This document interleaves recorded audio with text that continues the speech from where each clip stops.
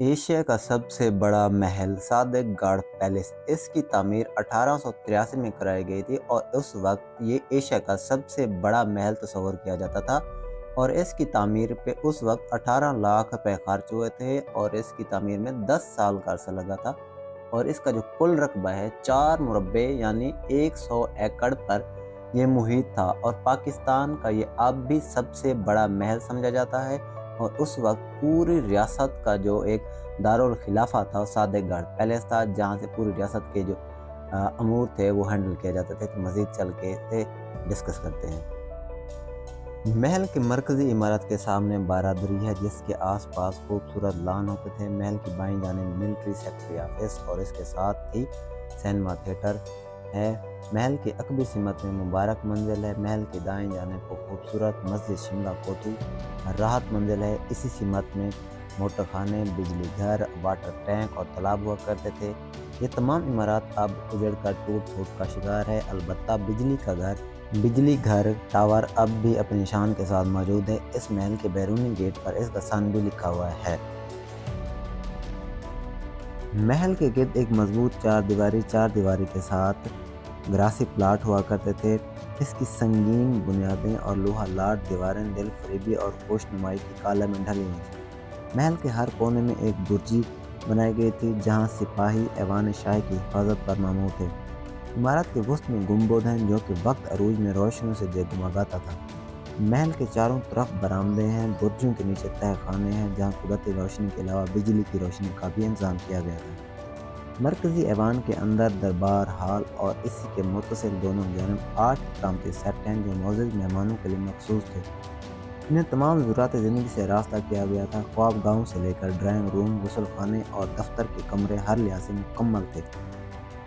کمرے کی چھت، فرش اور دیواروں سے نفاس اور خوبصورتی ٹپکتی تھی۔ سامان اور آرائش اور فرنیچر بڑے اعلیٰ درجے کا تھا۔ کمروں میں قد آدم آئینے، بلوری، خوشنما اور نفیس جھاڑ فانوس لگے ہوئے تھے۔ کرسیوں، میزوں اور گلدانوں پر ایک ہی قسم کا رنگ ہوتا تھا۔ عجیب و غریب تصویریں، آرٹ کے بہترین نمونے اور قیمتی پردے اس قصر عالی شان کی زینت و وقار میں اضافہ کرتے تھے۔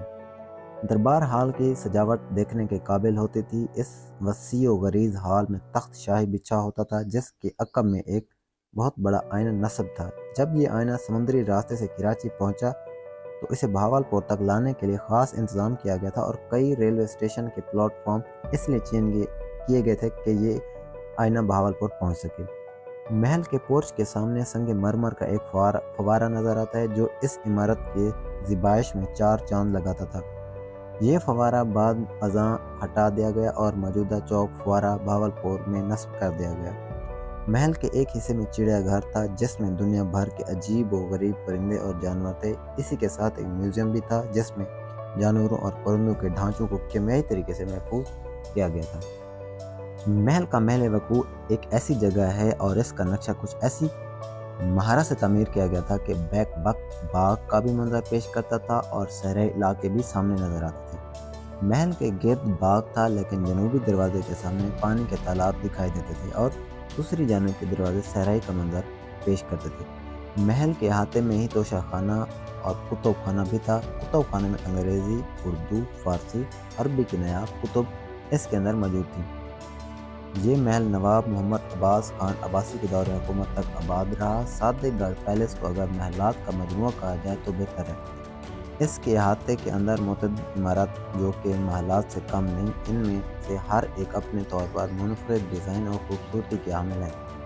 ان میں مبارک منزل، راحت منزل، حرم سرا، شملہ کوٹھی وغیرہ شامل ہیں، مگر وقت کا عظیم شاہکار اب محل کے بجائے محلہ میں تبدیل ہو رہا ہے۔